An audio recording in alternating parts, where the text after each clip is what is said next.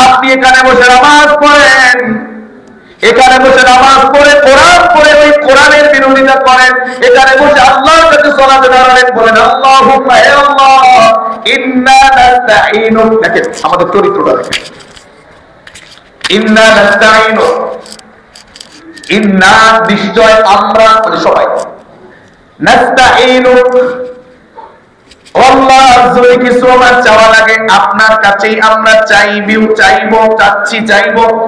হুজুর চাচ্ছি চাইবো বললেন কেন? ফেলে মুবারকের ভিতরে কাজ হচ্ছে দুইটা, কয়টা? Present and future tense.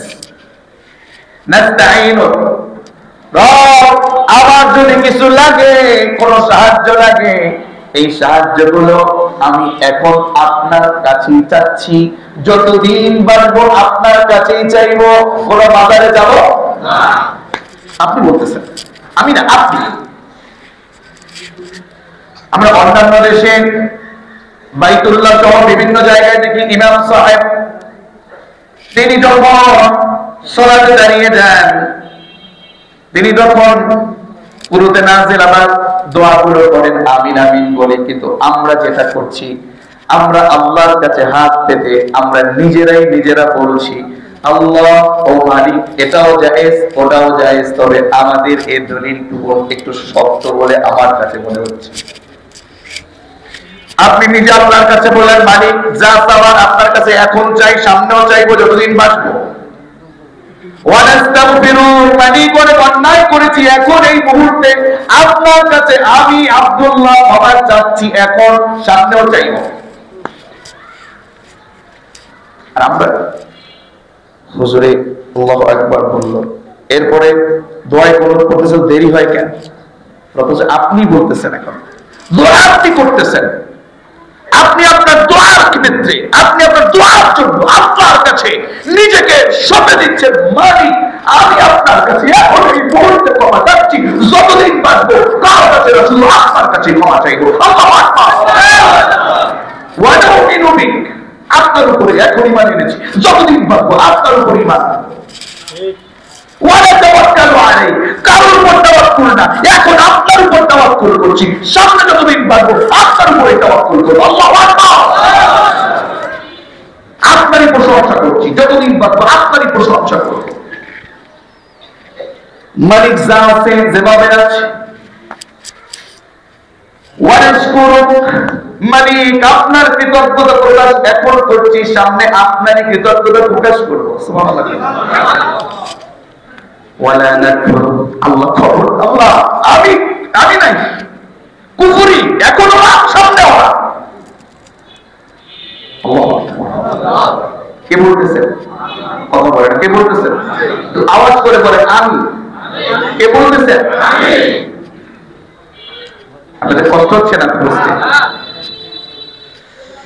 ওয়ালা নাকফুর, এরপরে ওয়ানাখলাউ ওয়া নাতরুকু মান ইয়াফজুরুক।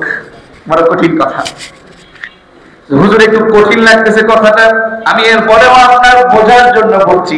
আপনি আল্লাহর কাছে বলতেছেন, আল্লাহ, এই সবার এদিকে নজর লাগবে প্লিজ, এদিকে দেখো যুবক ভাইরা, ওয়ানাতরুকু মান ইয়াফজুরুক, আল্লাহ আমি আপনার কাছে বলছি, আমি আল্লাহ আপনার কাছে বলছি, যে ব্যক্তি নাফরমান, যে ব্যক্তি সুদখোর, যে ব্যক্তি ঘুষখোর, যে ব্যক্তি অন্যায়কারী, যে ব্যক্তি অপরাধী, যে ব্যক্তি মিথ্যাবাদী, আপনার নাফরমানি যেটা করে, যে ব্যক্তি কোরআন মানে না, যে নেতা কোরআন মানে না, যে লোকটা কোরআন মানে না, যে ব্যক্তি বিপদকারী, যে ব্যক্তি অন্যায়কারী, হোক সেটা আত্মীয়, হোক সেটা বন্ধু, আমি আপনাকে এখন এই কথা বলেছি, মালিক আমি আপনার কাছে বলছি, আল্লাহ আমি আপনার কাছে বলছি, ওর সাথে আমার কোনো সম্পর্ক নাই, আমি ওর সাথে সম্পর্ক এখন এই মুহূর্তে ছিন্ন করে দিলাম, যতদিন বাঁচবো ওই অপরাধী সুদখোর মুনাফিকটার সাথে, বেহায়াপনার সাথে আমার কোনো সম্পর্ক নাই।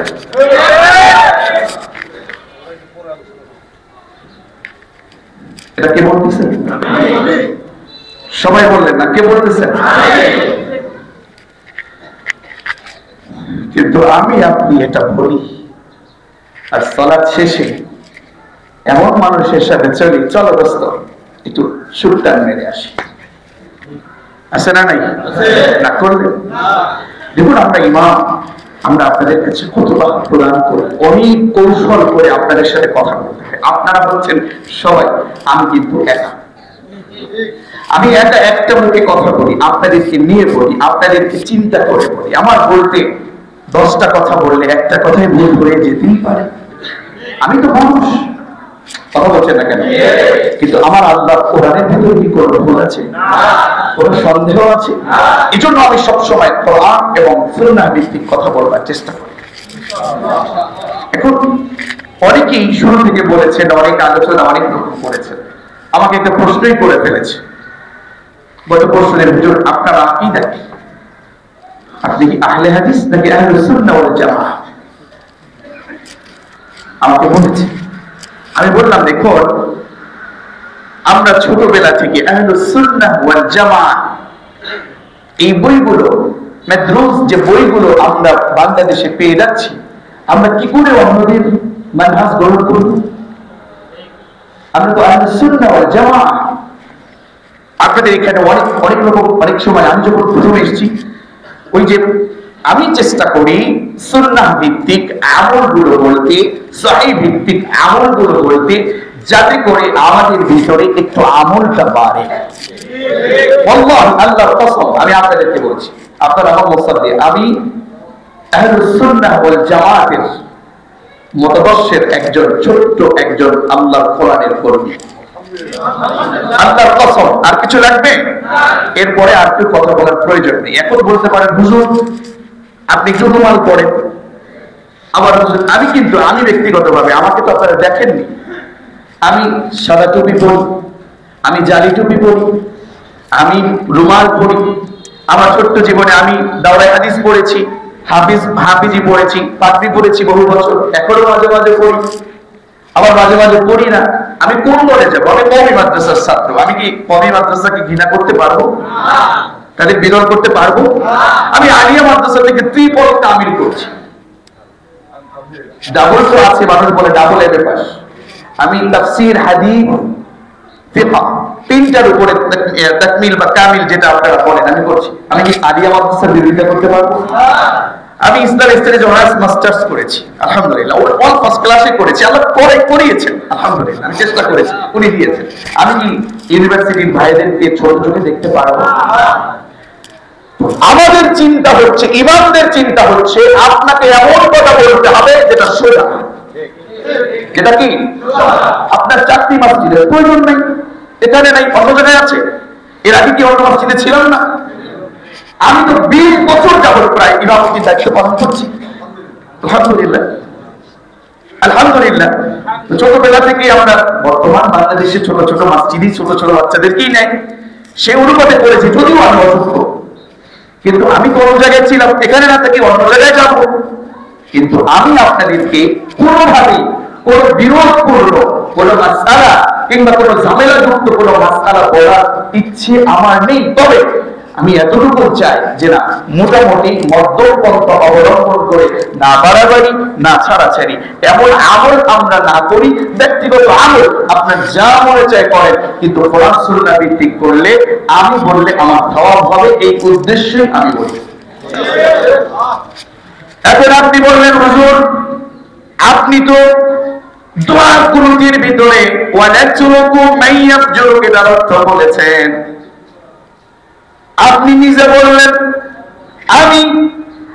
আমি নিজে আল্লাহ, যে ব্যক্তি নাফরমান করে, যে ব্যক্তি নাফরমানি, যে ব্যক্তি মিথ্যাবাদী, যে ব্যক্তি কোরআন মানে না, যে ব্যক্তি আপনার বিরোধিতা করে, যে ব্যক্তি আপনার গোলামি করে না, ওর সাথে আমার সম্পর্ক ছিন্ন করে এখন দিলাম, যতদিন বাঁচবো ততদিন আমি নিজে বলছি ওর সাথে কোনো সম্পর্ক থাকবে না।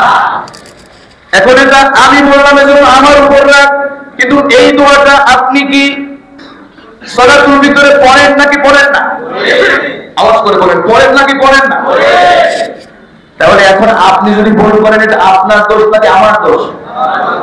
আমাদের দেশের ইমাম বা খলিফরা তো ক্ষমতা নিয়ে কিংবা মেম্বার চেয়ারম্যান নিয়ে কিংবা এমপি মিনিস্টার হওয়ার জন্য পাগলামি, অন্তত আমরা পাগলামি বলে ভালো বলেন যেটা বলেন, আমরা এখানে করি না।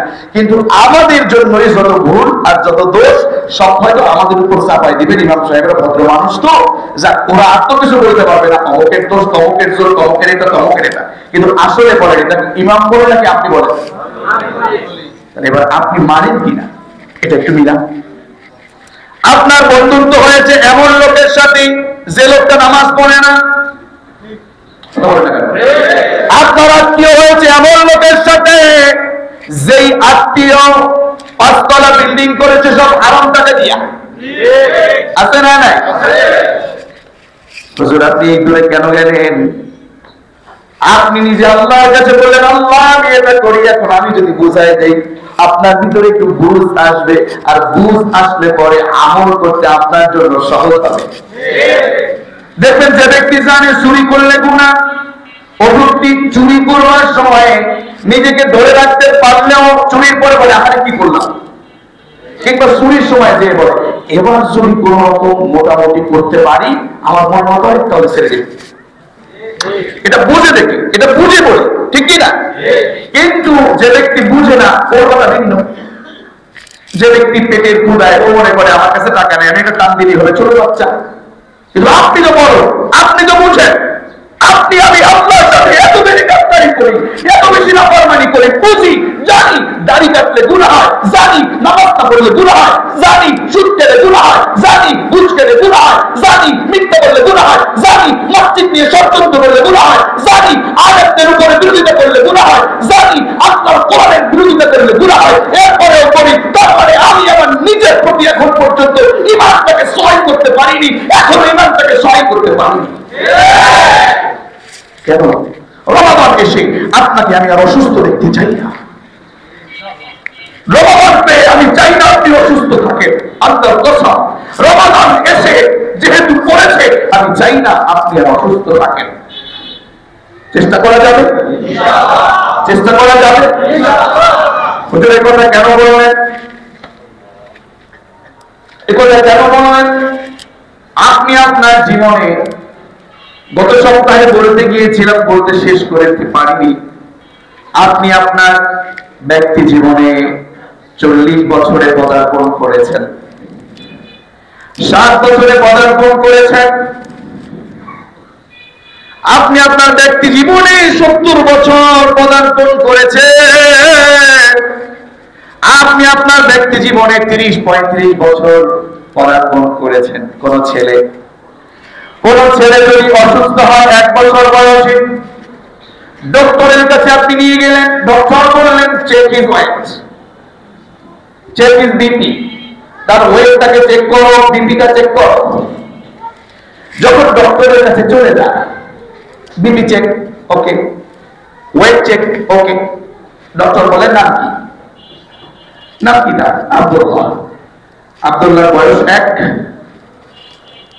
বিপি এত, ওয়েট হচ্ছে 7 কেজি। কয় কেজি? মোটামুটি ঔষধ দিলাম, এবার দেখেন সুস্থ হয় কিনা। পরের বছর চলে গেলেন, আবার 1 বছর পরে যাবার জন্য আপনাকে যেহেতু বলেছে আপনি চলে গেলেন, যাবার পরে আবার আপনার ডক্টর বলল চেক হিজ ওয়েট, তার নার্সকে বলল চেক হিজ বিপি, তার বিপি চেক করো, ওয়েট চেক করো। ওয়েট চেক করলো, বিপি চেক করলো, বিপি কোন রকম যেন তেন আছে, কিন্তু ওয়েট গত বছর 7 কেজি, এবারও দেখলো 7 কেজি। আবার ওষুধ দিল, চেক করলো, বিভিন্ন কিছু করলো, আবার তাকে দিল 1 বছরের মেডিসিন খান। এরপরে আসেন 3য় বছর যখন আবার চলে গেল 2025-এর সেই একই জানুয়ারি বা 1 জানুয়ারি আপনি যখন চলে গেলেন ডক্টর দেখাবেন, আপনার বিপি চেক করলো, ওয়েট চেক করলো, কত কেজি আছে। আপনার বাচ্চা আব্দুল্লাহ 3 বছর পরে আজকেও দেখে 7 কেজি, বিপি যেমন তেমন আছে। আপনি একটু আওয়াজ করে বলেন তো, আমাকে উত্তর দেন তো, 3 বছর আগে ওটা 7 কেজি, 2 বছর আগে ওটা 7 কেজি, আজকেও 7 কেজি। এই লোকটা, এই ছোট্ট শিশুটা সুস্থ নাকি অসুস্থ? এবার আপনি মিলান, রমাদান আসছে আপনাকে জান্নাতে যাওয়ার জন্য ফুতিহাত আবওয়াবুল জান্নাহ। সুবহানাল্লাহ। রমাদান এসেছে আপনাকে জান্নাতে নেওয়ার জন্য, রমাদান এসেছে আপনাকে জাহান্নাম থেকে মুক্তির জন্য, রমাদান এসেছে শয়তানি কাজগুলো বন্ধ করে ভালো কাজ করানোর জন্য। আপনি 30 বছর রমাদান পেলেন, গত বছর তার আগের বছরও আপনি সুদ খেতেন, গত বছর রমাদান পেলেন, ভালো বলেন না। এই বছর আপনি রমাদান পেলেন, এখনো আপনি ইফতার করলেন সুদের টাকা দিয়ে, এখনো করলেন ঘুষের টাকা দিয়ে। বলেন আপনি কি কোরআনের দৃষ্টিতে সুস্থ নাকি অসুস্থ? একটু আওয়াজ করে বলেন, এটা কি বুঝছেন না বুঝেন নাই? আসলে কি বুঝছেন? আমি সফল, আলহামদুলিল্লাহ। আমি সফল, আলহামদুলিল্লাহ। আপনি রমাদান পেয়েছেন। এবার একজন হুজুর আপনি শুধু সুদের কথা বললেন, ঘুষের কথা বললেন, হারামের কথা বললেন, কেন বললেন? আচ্ছা এবার বলেন একটা নৌকা, নৌকা চেনেন তো? মোটামুটি এটা চেনার কথা। নৌকা ছোটবেলায় আপনাদের লেগেছে, ছোটবেলায় আমরা নৌকায় পাড়ি দিয়েছি, এখন তো বড় ব্রিজ হয়েছে। মোটামুটি ছোটবেলায় নৌকা অনেক ঘোরাঘুরি করেছেন, তো এটার কারণে চিনেন কিংবা অন্য কারণে চিনেন কিংবা দেখেছেন কিংবা পড়েছেন, যেটাই হোক চিনেন নাকি চিনেন না? এই নৌকা 2 তলা নৌকা। কয়তলা? জোরে বলেন। এই 2 তলা নৌকায় আপনি উঠলেন, আপনি ওঠার পরে দোতলায় পানি আছে, কি আছে? জোরে বলেন। পানি আছে। নিচতলার মানুষ পানি পায় না, নিচতলার মানুষ পানি পায় না, তাই দোতলায় গিয়েছে পানির সেই জার থেকে কিংবা পানির কি বলে থাকে, হ্যাঁ ফিল্টার, ট্যাঙ্কি, যাই বলে, পানির ফিল্টার বা ট্যাঙ্কি, এর থেকে আপনি পানি আনতে গেছেন, আমি পানি খাবো। দোতলার লোক, আপনি বলতেছেন তুমি এখানে পানি আনতেছো, নিচে তো পানি আছে, নিচে পানি শেষ করে নৌকা ফুটা করে দাও, কিন্তু এই পানি দিতাম না। বলেন ওই লোকটা যদি নিচতলার পানিটা নৌকাটা কোন রকম ফুটা করে, বলেন ওই ফোটা পানি করে যদি পানি খায়, আপনি কি বাঁচবেন? এখান থেকে বোঝার আছে, আপনি বুঝলে বলেন, না বুঝলে কিছু করার নাই। এবার আরেকটু আসেন, নৌকা আপনি ফুটা করলেন বা নৌকা ফুটা হয়ে গেল, সেই নৌকাটা আপনি সুন্দরভাবে আবার ফুটা করলেন আর পানি সেচ করলেন, আপনি বাঁচবেন নাকি? হুজুর এই কথা কেন বললেন? আমি আপনাকে বলছি, আপনাকে দেখছি আপনি নৌকায়, আমি বলতেছি পানি সেচ করার আগে আগে আপনি আপনার নৌকার ফুটাটা বন্ধ করেন, ঠিক কিনা? কি সেটা আপনি এই কথা কেন বললেন? আমি এই কথা কেন বলি? এজন্য বলি, আল্লাহ তাআলা বলেছেন, ইয়া আইয়ুহাল্লাযীনা আমানু কুলু মিন তাইয়্যিবাতি মা রাযাকনাকুম ওয়াশকুরু লিল্লাহি ইন কুনতুম ইয়্যাহু তা'বুদুন। জোরে বলুন আল্লাহ। আল্লাহ আপনাকে রমাদান দিয়েছেন ইমানদার বলে, এখানে আল্লাহ ইমানদার বললেন, ও ইমানদারেরা। এই আয়াত আমি আপনাদেরকে প্রথম জুমার দিকে বলেছিলাম। আল্লাহ বলেছেন, ও ইমানদারেরা, কুলু, তোমরা খাও। তোমরা বলেন কুলু অর্থ কি? যা মন চায় তাই খাও। হ্যাঁ, সামনে কিছু আছে না? কুলু মিন তাইয়্যিবাতি মা রাযাকনাকুম। ও গোলাম, আমি তোমাদেরকে যে রিজিক দিয়েছি, পবিত্র রিজিক, এই পবিত্র রিজিক থেকে খাও। কার কথা? আল্লাহ। ওয়াশকুরু লিল্লাহ, আর শুকরিয়া আদায় করো কার? আল্লাহ। ইন কুনতুম ইয়্যাহু তা'বুদুন। গোটা আয়াত একটা 2টা অক্ষর দিয়ে, একটা শব্দ দিয়ে আল্লাহ শব্দ দিয়েছেন। অবশ্যই একটু খেয়াল করেন, আমি কি বললাম? তোমরা খাও, জাতা খাও নাকি পবিত্র রিজিক খাও? পবিত্র রিজিক খাও কে বললেন? আল্লাহ। কিন্তু গোটা আয়াতটাকে আল্লাহ 2টা অক্ষরের একটা শব্দ দিয়ে শব্দ দিলেন, ইন কুনতুম ইয়্যাহু তা'বুদুন। ইন কুনতুম ইয়্যাহু তা'বুদুন, যদি তোমরা আমি আপনার গোলামি করতে চাও, নামাজ পড়তে চাও, রোজা করতে চাও, কবুল করাতে চাও, হারাম বাদ দাও, হারাম কোন জিনিস তোমার শরীরে থাকলে, পোশাকে থাকলে আমার ঘরে সাজদা দিবা, রোজা রাখবা, ইবাদত করবা, আমি আল্লাহর কাছে কোনো কবুলিয়ত হবে না। এবার আসেন সিয়াম পালনের ব্যাপারে। এর আয়াত তো বুঝলেন তো? ইবাদত করলে হালাল খাবো নাকি হারাম খাবো? সবাই আওয়াজ করে বলেন তো, ইবাদত করতে এসেছি, হালাল খাবো নাকি হারাম খাবো? আরো জোরে কি খাবো? হারাম খেলে হবে না তো? হবে কি? বুঝছেন তো? আপনি খাবেন না না খাবেন না, ওটা decision is yours, but I don't mind, I don't care. সিদ্ধান্ত আপনার কাছে, আপনি কি করবেন? এখন আপনার ইবাদত যদি কবুল করে দেন, আল্লাহ ওয়াস্তে আপনার পা দুটো জড়িয়ে ধরে বলি, আপনি যে রোজা রাখলেন, রোজা কি শুধুমাত্র সাহারি, ইফতারি, তারাবির নামে কি রোজা রাখলেন? আপনি যে সিয়াম পালন করলেন, আপনার হাতের রোজা আছে, চোখের রোজা আছে, মুখের রোজা আছে, নাকের রোজা আছে, কানের রোজা আছে, পেটের রোজা আছে, শারীরিক রোজা আছে না নাই? আপনি মুখের রোজা, আপনি রোজা রাখলেন, সাহারি খেলেন, চায়ের দোকানে এখন তো চা পাওয়া যায় না, মাঝে মাঝে দেখা যায় বেড়া দিয়ে কিংবা কিছু কাগজ টাগজ দিয়ে আটকে রাখে, নাকি? আটকে রাখে না? আছে না নাই? এদিকে আছে? কিছু বলতে পারেন না? হ্যাঁ, একটু বলা দরকার, আপনাদের এটা নিয়ে আলোচনা করা দরকার, এটা মুসল্লিদেরকে নিয়ে তাদেরকে বোঝানো দরকার। আর আমাদের রক্ত গরম, টাকা আছে, ক্ষমতা আছে, ওইগুলো না, মসজিদের মুসল্লি হয়ে ভাই কঠিন বিস্তার। আমি কিন্তু গত সপ্তাহে আমি আপনাদেরকে বলেছিলাম না, আমি আমার দায়িত্ব পালন করছি, মানা না মানার দায়িত্ব কিন্তু আপনার, এটা আমার না। আপনি যদি ওখানে যান, আপনি হোটেলে চলে গেলেন, রেস্তোরাঁয় চলে গেলেন, এখন তো আর চায়ের দোকানে চা পাওয়া যায় না, একটু বসলেন, কিংবা বসার পরেও আপনি আরো আলোচনা করছেন আর গীবত করতেছেন মুখ দিয়ে। আপনি যে গীবত করছেন, মুখের রোজা শেষ। মুখের রোজা কি? এবার মুফাসসিরিনে কেরাম আরো বলেন, শুধু মুখের রোজা না, রোজাই শেষ। কেন? ও গীবত করে, ও রোজা ভেঙে ফেলেছে। কেন? আল্লাহ তাআলা বলছেন, শোনো, ইয়া আইয়ুহাল্লাযীনা আমানু ইজতানিবু কাসীরাম মিনায-যন্নি ইন্না বা'দায-যন্নি ইথম ওয়া লা তাজাসসাসু ওয়া লা ইয়াগতাব বা'দুকুম বা'দা আইয়ুহিব্বু আহাদুকুম আন ইয়াকুলা লাহমা আখীহি মাইতা ইলা আখিরিল আয়াত। তোমাদের ভিতরে এমন কেউ কি আছো, তোমরা ভালোবাসো, তোমরা মৃত্যু ভাইয়ের গোশত খেতে চাও? আল্লাহ তাআলা বলছেন, এটা আল্লাহ বলছেন। কে বলছেন? কে বলছেন? যে ব্যক্তি গীবত করে, ওই ব্যক্তি, আল্লাহ তাআলা কোরআনের ভাষায়, ওই ব্যক্তি তার নিজের মৃত্যু ভাইয়ের গোশত খেলো, না খেলো। তার কথা খেয়াল করেন, আপনি বাস্তবে খেলেন না, আল্লাহ বললেন ও মৃত্যু ভাইয়ের গোশত খেলো। তার মানে রোজা রাখলেন আর গীবত করলেন, আছে না নাই? গীবত করে, আছে না নাই?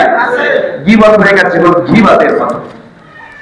গীবত করলেন, তারপরে আপনি মৃত্যু ভাইয়ের গোশত খেলেন। আর মৃত্যু ভাইয়ের গোশত মানে কিছু খেলেই কি হয়ে যায়? কথা কম না কেন? এই মৃত্যু ভাইয়ের গোশত দিয়ে আপনার পেট ভরে না, জাহান্নামের আপনার আমলনামা ভরে যায়। এজন্য আমি বলবো না গীবত করা যাবে। মুখের রোজা শেষ, আপনি ইফতারি করলেন, সাহারি করলেন, আপনি ইফতারিতে হারাম টাকা দিয়ে ইফতারি কিনলেন, আপনার মুখের রোজা হবে? মুখের রোজা যদিও কোন হয়, যে পেটে আপনি খাবারটা রাখলেন, ওই পেটের রোজা কিন্তু হলো না। রাগ করিয়েন না, কষ্ট নিয়েন না। অনেক কষ্ট করে আপনাদের মতো চেষ্টা করলে আমরাও কিংবা অন্য কেউ হারাম টাকা দিয়ে, যে কেউ একটু কোনো রকম আটা করলে দেখবেন তার কাছেও টাকা অনেক আপনার মতো বড় হবে না? হবে কি হবে না? আমি বলবো না, বাবাজিরা আমার, বন্ধুরা আমার, আবার আপনারা বলেন না যে হুজুর যেহেতু রোজা হবে না, এটা করা যাবে? এটা করা যাবে? আপনি বলেন রোজা হবে না তাই বাদ, এটা না বলে এটা বলে হুজুর হ্যাঁ আজকে সিদ্ধান্ত নিলাম আর হবে না। কথা বলে দেখেন, আর হবে না। পারা যাবে না ইনশাআল্লাহ? পারা যাবে না ইনশাআল্লাহ? এই সিদ্ধান্ত নিতে হবে আপনাকে। আপনি হালাল ইনকাম করবেন, ঘুষের ইনকাম না করে, হারাম ইনকাম না করে, দোকানদারি করে খান, রিকশা চালায় খান, জান্নাতে যাওয়া আপনার জন্য সহজ হবে। আর আপনি লক্ষ কোটি কোটি টাকা দিয়া হারাম ব্যবসা করে দান করে আপনার জান্নাত দূর হয়ে জাহান্নামটা আপনার কাছে হয়ে যাবে। আপনি না করলে আমার কিছু করার নেই, শুধু আপনাকে ওই যে আপনি তলিয়ে যাবেন, এজন্য আপনাকে বাঁচানোর জন্য আমি শুরু করলাম।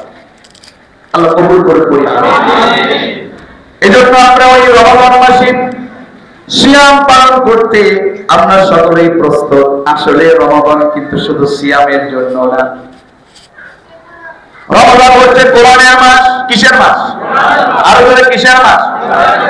এই কোরআনটা যে পড়ব, আল্লাহ রাসূল বললেন, মান কোরআন হারফান মিন কিতাবিল্লাহি ফালাহু হাসানাতু ওয়াল হাসানাতু বিআশরি আমসালিহা। সুবহানাল্লাহ।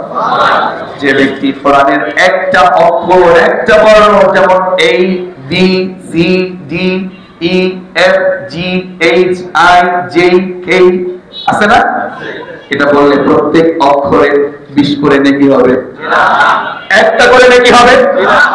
অ আ ক খ গ ঘ ঙ একটা করে নেকি হবে, অর্ধেক করে। আলিফ পড়লে নেকি আছে না নাই? আবার করে আলিফ পড়লে নেকি আছে না? আমার আল্লাহ কোরআন পড়লেই আল্লাহ সওয়াব লিখে দেন। সুবহানাল্লাহ।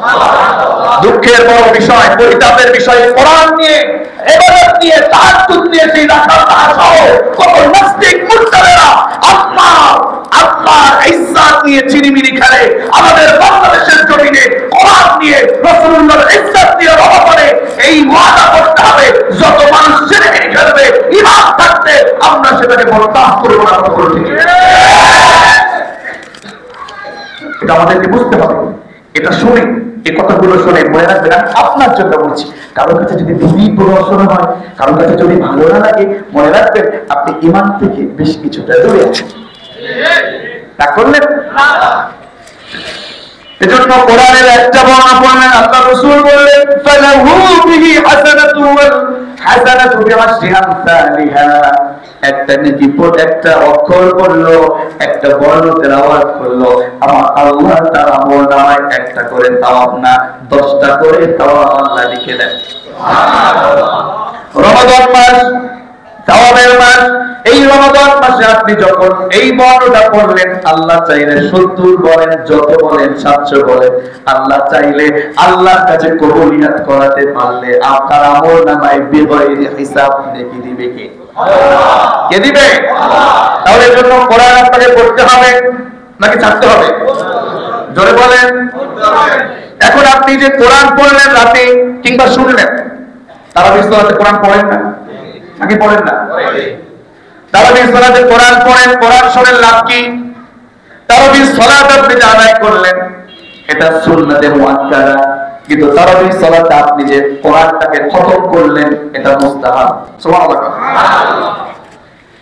এই যে কোরআন আপনি শুনলেন, আল্লাহ রাসূল সাল্লাল্লাহু আলাইহি ওয়াসাল্লাম বলেন, শোনো আমার উম্মতেরা, আস-সিয়ামু ওয়াল কুরআনু ইয়াশফাআনি লিল আবদি। শোনো, কোরআন, সিয়াম এটা যেন তেন বিষয় না। আস-সিয়াম, সিয়াম ওয়াল কুরআন, এবং কোরআন ইয়াশফাআনি লিল আবদি, এটা হচ্ছে বান্দার জন্য সবার। সুবহানাল্লাহ। কি বলবে কোরআন জানে? সিয়াম কি বলবে? কিয়ামতের ময়দানে আল্লাহর সামনে দাঁড়াবে, আপনার আমলনামা যদি কোনোভাবে কমে যায় কিংবা অন্য কোনো জাহান্নামে যাওয়ার সুযোগ হয়ে যায়, এই সিয়াম বলবে, আল্লাহ আমার কিছু কথা আছে। সুবহানাল্লাহ। সুবহানাল্লাহ বলতে লজ্জা হচ্ছে আপনাদের? লজ্জা হচ্ছে? বলেন না সুবহানাল্লাহ। সুবহানাল্লাহ বললেন, এটাও লস নাই। জান্নাতে আপনার জন্য গাছ লাগানো শুরু হয়ে যাচ্ছে। আবার বলেন সুবহানাল্লাহ। একটু মনটাকে নরম করে আমল করে, সব করে, কিন্তু আমল করে লাভ কি? সিয়াম আপনার সামনে, আল্লাহর সামনে দাঁড়িয়ে যাবে, আল্লাহ আমার কথা আছে। কি আছে? আমার কথা আছে, মানে রব্বি ইন্নী মানাতুহু তাআম ওয়া শারাব বিল্লাহ।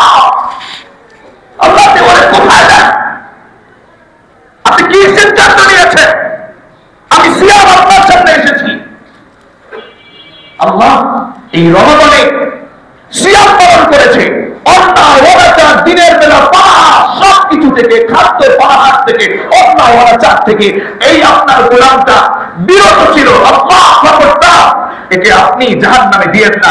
আপনার কাছে আমার এই শফাআত করছি, আমার এই সিয়াম পালনকারী এই বান্দাকে, আপনার গোলামকে জান্নাত দিতেই হবে। সুবহানাল্লাহ। এজন্য সিয়াম পালন করলেন, কিন্তু সিয়ামটা যদি না হয় আমাদের লাভ নাকি লোকসান? এই জন্য লাভ আপনাকে করতেই হবে। 2 নম্বর হল কুরআনু ইয়াসফাআনি লাভ। আল্লাহর কাছে আপনি যখন আল্লাহ না করুন জাহান্নামের দিকে কোরআন সামনে চলে যাবে, আল্লাহ আমার কথা আছে সুবহানাল্লাহ, কোরআন সামনে চলে যাবে। আল্লাহ আপনি কাকে জাহান্নামে দিচ্ছেন? আপনার এই গোলাম রাসূলকে বলেছিলেন মান ক্বারা ঈমানাহু ওয়া ইহতিসাবা গুফিরা লাহু মা তাকাদ্দামা মিন যামবি। গুনাহ ক্ষমা করার জন্য আপনার রমাদানের রাতে আপনার এই গোলাম আমি কোরআনকে পড়েছে, শুনেছে, অবজ্ঞা করেনি, অবহেলা করেনি, বিরক্ত হয়নি। আমি কোরআনকে শুনেছি, আল্লাহ আপনার এই গোলামকে জান্নাত দিতে হবে, নচেত আমি এটার বিরোধিতা করব। الصيام والقرآن يشفعان للعبد سبحان الله إلى آخر الحديث. তাহলে লাভ না লস? তাহলে এই রমাদান আচ্ছা এই রমাদান আমাকে আপনাকে সুন্দরভাবে যদি জান্নাতে নিয়ে যায় তাহলে লাভ না লস? তাহলে এই লাভে আমরা থাকতে চাই কি চাই না? আরো জোরে থাকতে চাই কি চাই না? আল্লাহ যেন আমাদেরকে রমাদানের প্রত্যেকটি বিষয়ে আমল করবার তৌফিক এনায়েত করেন, পড়েন আমিন। আরো জোরে আমিন।